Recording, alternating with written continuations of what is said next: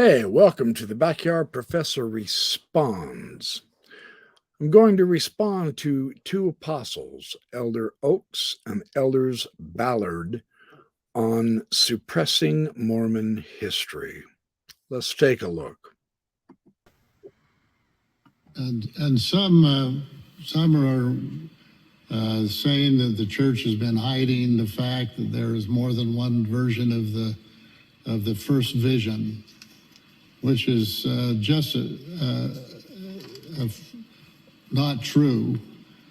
The facts are we don't study, we don't go back and search what has been said on the subject. For example, Dr. James B. Allen of the BYU in 1970, he produced an article for the church magazines explaining all about the different versions of the first vision. How long ago was that article? 1970. That was back in 1970. So been hiding that for a long time. Yeah. but it's this idea that the church is hiding something, which we would have to say as two apostles who have covered the world and know the history of the church and know the integrity of the first presidency and the quorum of the 12 from the beginning of time. There has been no attempt on the part in any way of the church leaders trying to hide anything from anybody. Now we've had the Joseph Smith papers. Isn't that nice that they have never attempted to hide anything in church history? Now let's go to the historic facts, especially on this very topic, the first vision. From a careful examination, the 1832 first vision account was suppressed between 11 and about for 30 years. This is updated on November 11th, 2022. The evidence. Lamar Peterson, an amateur LDS historian, met with Levi Young, who was senior president of the First Council of the 70, on February 3rd, 1953, and took these notes. His curiosity was excited when reading in Robert's documented history reference to documents from which these writings were compiled, asked to see them, told to get higher permission, all in caps. Obtained that permission, examined documents. Written, he thought, about 1837 or 1838, was told not to copy or tell what they contained, all in capital letters. Said it was a capital letters strange account of the first vision. Was put back in the vault, capital letters, remains unused, unknown. So the strange account referred to the 1832 account of the first vision. The identity of the document he saw is beyond dispute, as will be obvious from the following sequence of events, which, of course, Oaks and Ballard didn't think was that important to talk about because they're suppressing the truth about the falsehood that the church never hides anything, let alone the first vision. Lamar Peterson later recounted he told us of a strange account, which was Young's own term, of the first vision, which he thought was written in Joseph's own hand and which had been concealed for 120 years in a locked vault. He declined to tell us details, but stated that it did not agree entirely with the official version. Jesus was the center of the vision, but God was not mentioned. I respected Young's wish that the information be withheld until after his death. After Levi Young's death in December 1963, Peterson mentioned the account to Gerald and Sandra Tanner. They wrote to Joseph Fielding Smith asking to see the strange account, but he refused to let them see it. You didn't hear that from Oakes and Ballard, did we? About this time, the 3 excised pieces were returned to the journal, and an LDS graduate student, Paul R. Cheeseman, was granted access to the journal and made a transcript of the account, which transcript was then published by the Tanners in 1964 and by Cheeseman in 1965.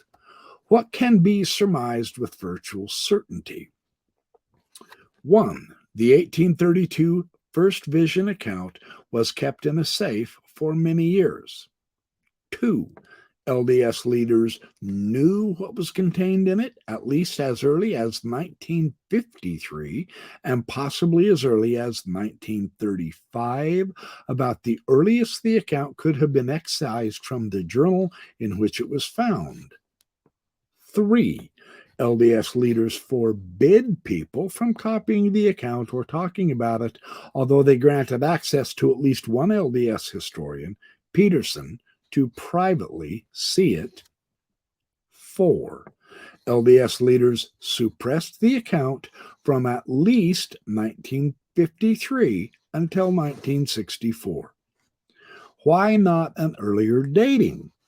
We know that Levi Edgar Young was shown the account before Lamar Peterson.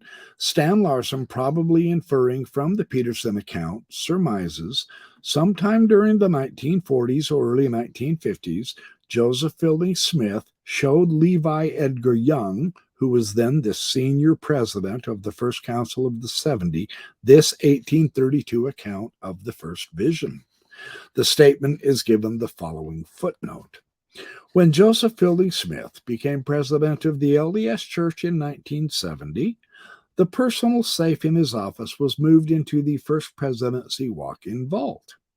The exact time that the 1832 account was put into the Joseph Fielding Smith office safe and the date that he showed the history to Levi Edgar Young would probably be found in the Joseph Fielding Smith collection, cataloged as manuscript 4250 at the Church History Library Archives. On December 11th, 2012, the writer sent to Richard E. Turley a written request for permission to read the diaries, either photocopies or microfilm, of Joseph Fielding Smith from 1930 to 1954, but this request was denied. So, dating exactly when Joseph Fielding Smith put the document in the vault and dating when he showed the document to Levi Edgar Young are currently unknown because the LDS Church won't allow historians to read Joseph Fielding Smith's diaries from the time period. If Joseph Fielding Smith understood the significance of the document when he excised it, which seems highly probable, then the suppression of the document began anywhere from the 1930s until 1964. If we assume the mid-1930s for the date of widespread use of cellophane tape, say 1934, then we can bracket the time of suppression.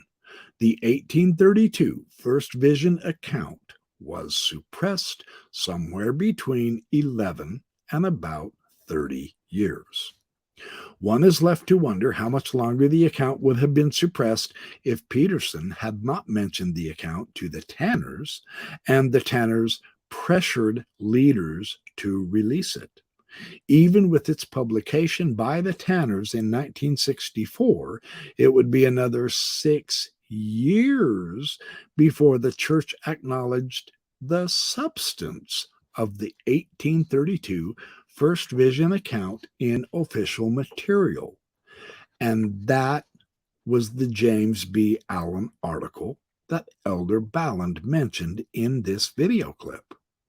Is it not ironic that while the brethren sit there and chuckle about the exposing of the first visions in 1970, they failed to give us the actual account?